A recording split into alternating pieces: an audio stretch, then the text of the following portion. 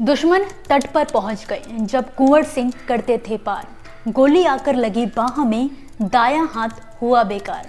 हुई पावन बाहु जान बस काट दिया लेकर तलवार। ले कंगे ये हाथ आज तुझको ही देता हूँ उपहार। वीर मात का वही जानवी को मानो नजराना था।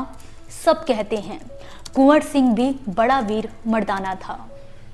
कवि मनोरंजन प्रसाद द्वारा लिखी गई इस कविता में स्वतंत्रता सेनानी कुंवर सिंह की बहादुरी और साहस साफ झलकता है। जी हाँ, वीर कुंवर सिंह, जिनका जन्म साल 1777 में बिहार के भोजपुर जिले के जगदीशपुर गांव में हुआ था।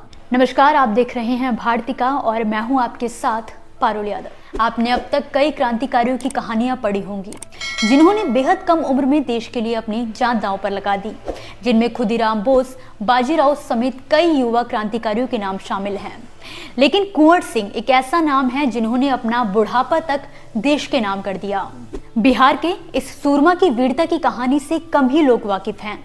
ऐसा कहा जाता है कि वीर कुंवर भारत के दूसरे ऐसे महान योद्धा थे जिन्होंने छत्रपति शिवाजी महाराज के बाद गोरिल्ला युद्ध नीति में महारत हासिल की हो। उन्होंने अपनी इस नीति से एक या दो नहीं बल्कि कई बार अंग्रेजों को मात दी।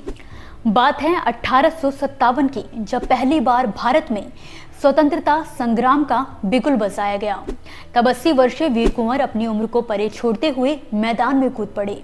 उन्होंने कुछ सैनिकों और अपने कुछ साथियों को जोड़ते हुए सबसे पहले आरा नगर से अंग्रेजों का सफाया किया।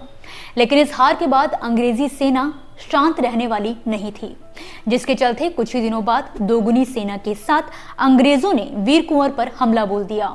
इस बार हुई लड़ाई में वीर कुंवर को अपना घर तक छोड़ना पड़ा। हालांकि उन्होंने हार नहीं मानी, वो मैदान में डटे रहे और अगली पारी खेलते हुए कुंवर ने इस आंदोलन को और मजबूत करने का फैसला किया। उन्होंने अयोध्या, लखनऊ, फैजाबाद, रीवा, मिर्जापुर, बनारस, सिकंदरपुर और बलिया समेत कई जगहों का दौरा कर नए साथियों और स्वतंत्रता सेनानियों को एकत्रित किया। उनके विचारों और प्रोत्साहन से लोगों के दिलों में अंग्रेजों के खिलाफ विद्रोह की आग भड़कने लगी। भोजपुर में भी अंग्रेजों को वीर कुंवर ने मुंह तोड़ जवाब दिया।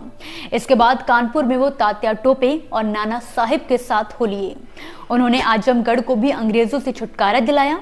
लेकिन हर बार हारने के बाद भी अंग्रेजी हुकूमत बार बार अपनी दोगुनी ताकत के बलबूते पर वापस अपना कब्जा जमा लेती थी।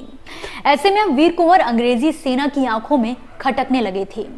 सिर्फ उनको हराने के लिए अंग्रेजी हुकूमत ने कई आम नागरिकों को पैसे का लालच देकर अपने साथ मिला लिया।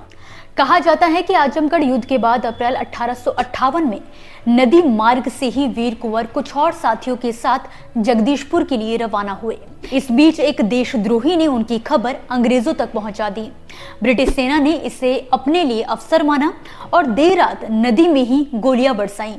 इस बीच एक गोली वीर कुंवर के दाहिने हाथ पर जा लगी।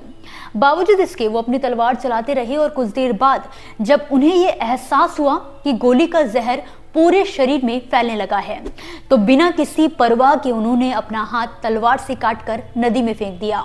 वो लड़ते रहे और जैसे तैसे जगदीशपुर पहुंचे।